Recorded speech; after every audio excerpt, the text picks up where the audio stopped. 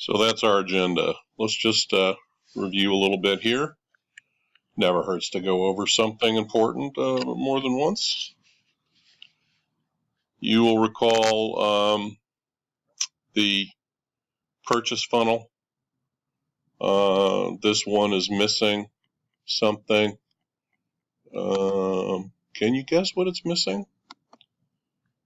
We remember the purchase funnel through Acapella, right? So that stands for awareness, consideration, preference, purchase, experience, and let's highlight it. And experience goes right after purchase. Right, everybody? And then if the consumer likes what you got, you'll hopefully go on to loyalty and advocacy. And you'll also recall that pretty much everything we're talking about in this class, advertising, that is, PR, which is earned media, advertising, bought media, all these things, advertising and media, operate on the first three levels of the purchase funnel: awareness, consideration, and preference. Okay.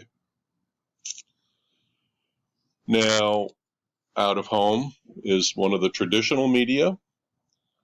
There it is. It's for new customer acquisition, and this is what we're talking about in this lecture.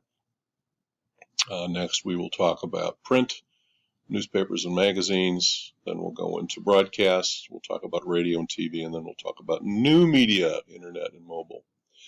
What is the definition of out-of-home advertising? Again, I go to definitions. Advertising that reaches consumers while they're outside their homes. Well, it sounds pretty straightforward.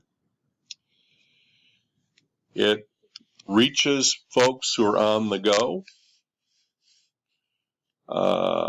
in public places, in transit, buses, subways, trains, cabs, where they're waiting, such as in a medical office or a train station. Also in commercial locations like stores or malls or gyms. And there are six main categories, what they call billboards. Billboard is not a real word in out-of-home. Someone told me that long ago when I actually was in the industry myself for quite a while, and still am from time to time. Billboard's not a real word. What it refers to posters and bulletins.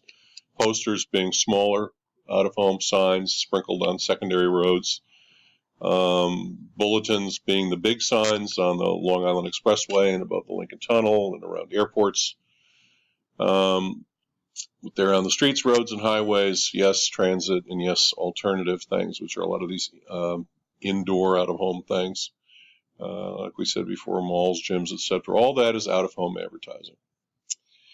Now, if we look at spending, this is from Statista, in ad spending in the United States between 2017 and then projected for 2021, this is in billions. You see the dollars and billions on the left, the different types of media going across from left to right on the bottom, and then the blue column is 2017, and the darker column, which I guess is a dark blue, is what's projected for 2021.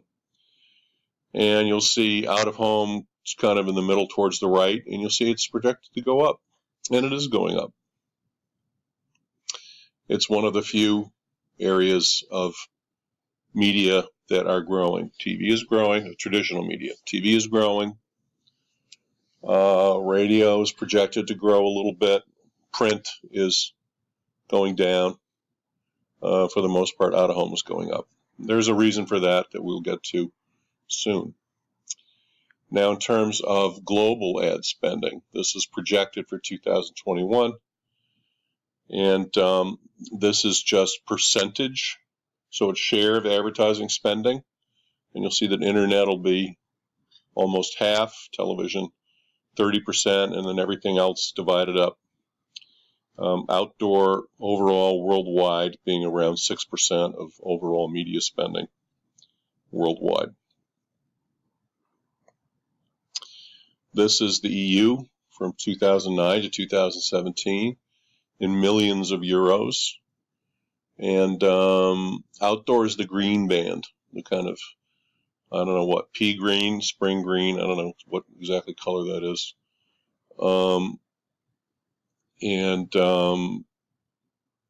It is, you can see, projected to go up a little bit, so over the years.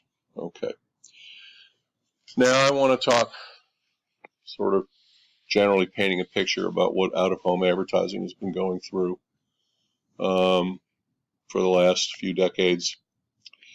First thing I want you to grab hold of is really the reason why out-of-home is growing. And the reason is that out-of-home is the last unavoidable medium.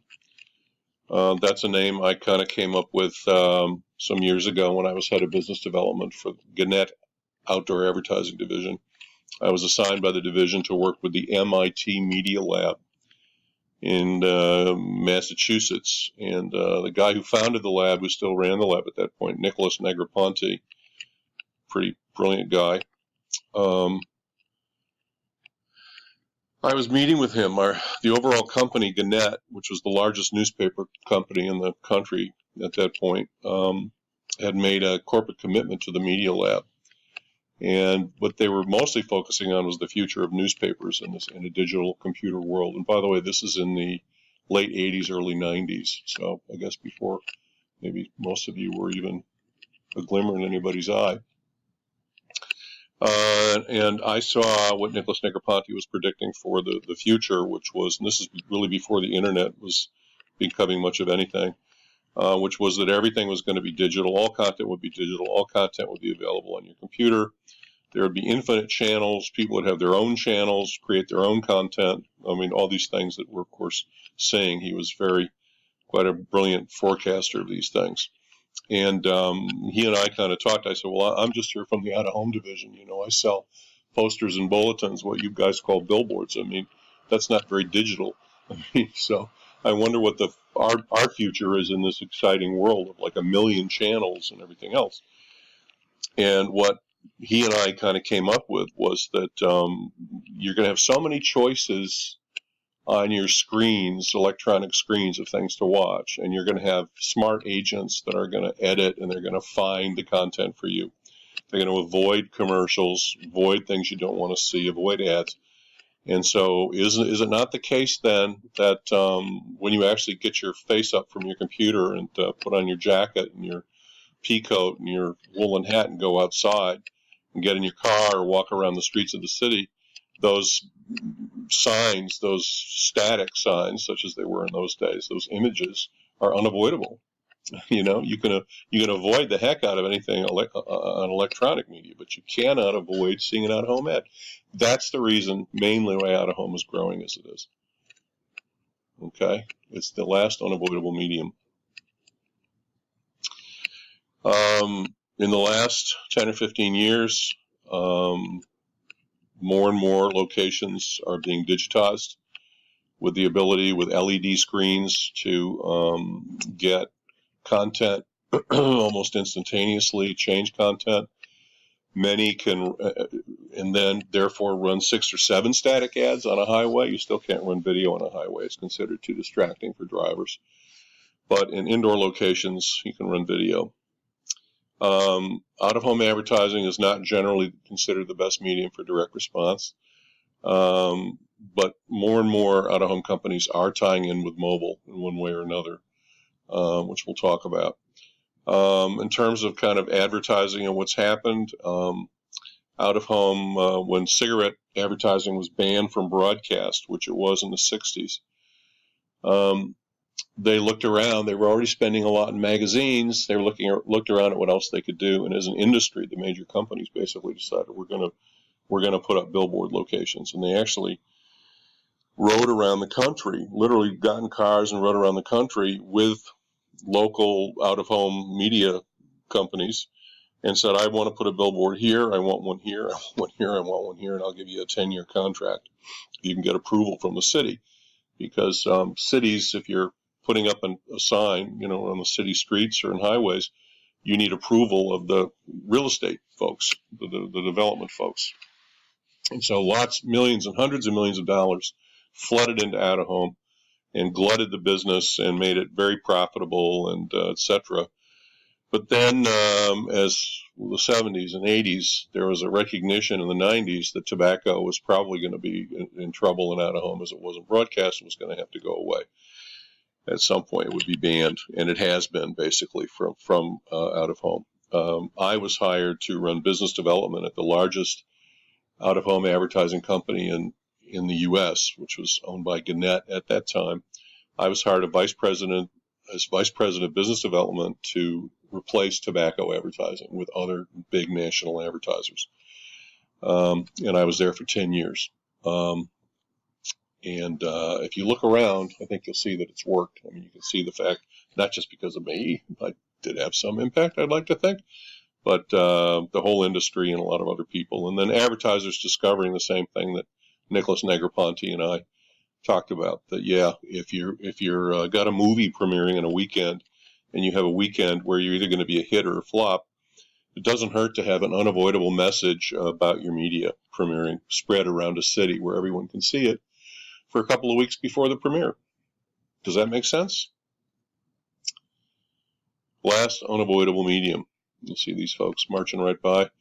I think this is just like some kind of conference thing. It's a pretty crappy out-of-home board. It's hard to figure out, even after looking at it for a while. But anyway, days of walking by. The guy's looking down, but the lady's looking up, and they're all going to see that sign. Out-of-home is a local medium. You don't make national buys in out-of-home, or if you do it by buying the top 10 or the top 20 cities. It's bought city by city. It's street by street, really, building by building. There are big major companies that control lots of the traditional out-of-home media, and there's been a lot of consolidation, and with little companies being bought up.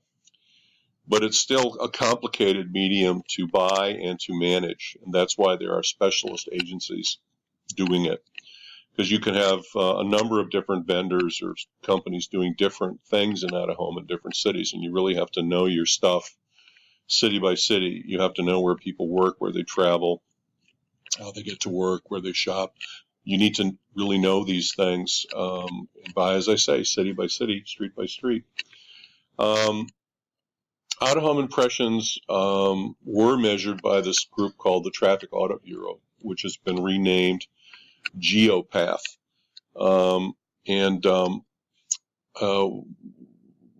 It's very important to note that, you know what, we're going to change it right here.